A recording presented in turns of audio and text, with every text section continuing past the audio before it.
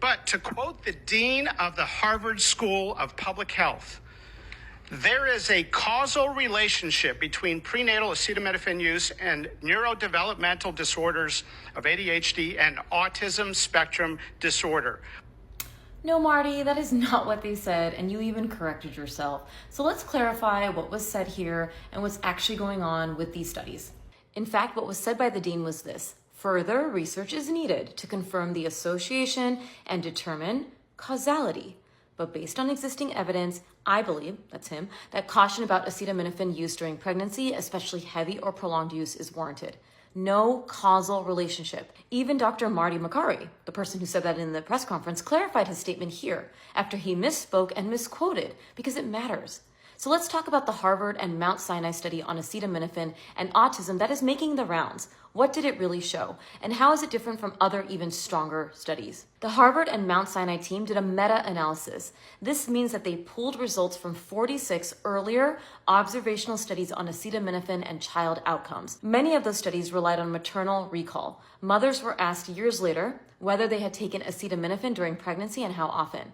That's a big limitation. Can you remember every pill you took 3 or 4 years ago? Probably not. This is called recall bias, when errors in memory affect the data and can make a link look stronger or weaker than it really is. Now compare that to the Swedish sibling cohort study.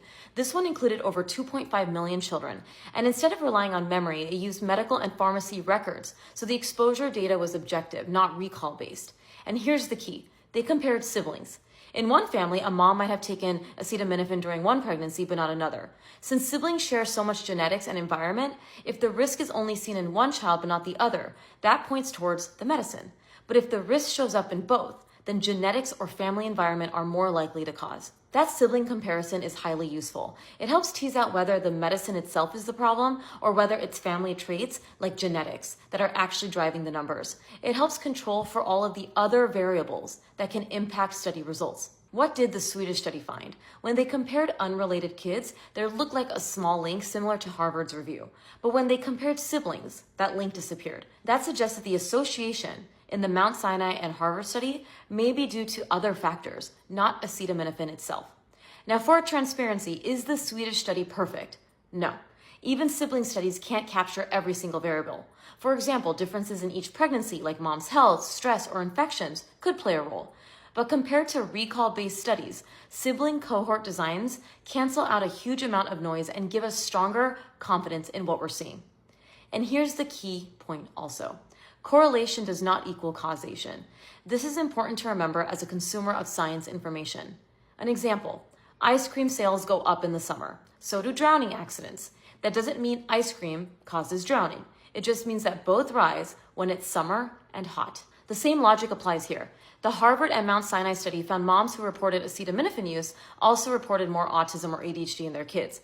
But that doesn't prove that acetaminophen was the cause. Genetics, family environment, or memory errors could explain the link. This is why study design matters. Stronger studies like sibling comparisons that control for family factors often make that link disappear. That's how science moves from a signal to an actual cause. And this is where good clinical acumen comes in. Being a responsible clinician or even just a savvy consumer of science means you don't automatically accept a study just because it supports what you already believe. That's called confirmation bias, when you give more weight to information that fits your opinion and ignore information that challenges it.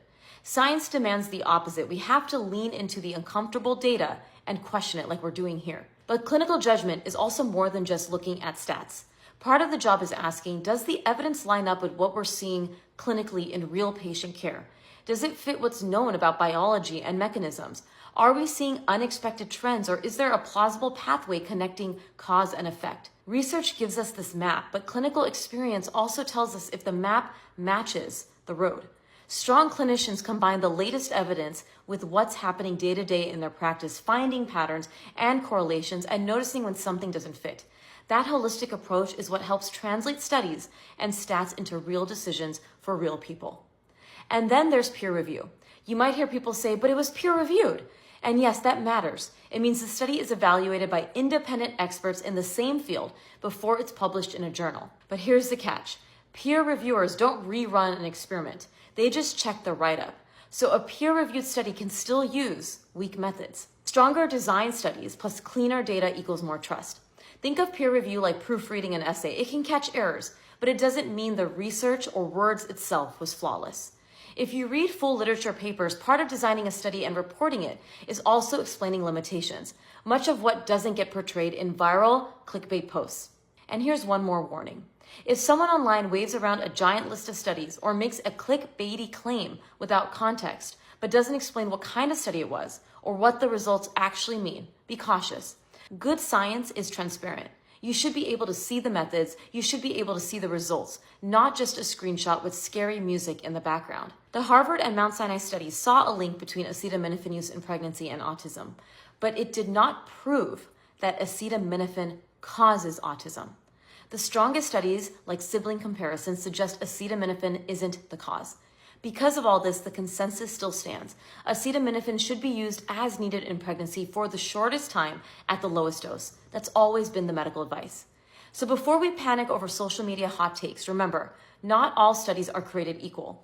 Watch for clickbait, watch for extreme claims, and talk to your clinician, someone who can connect the evidence with real clinical experience before making health decisions.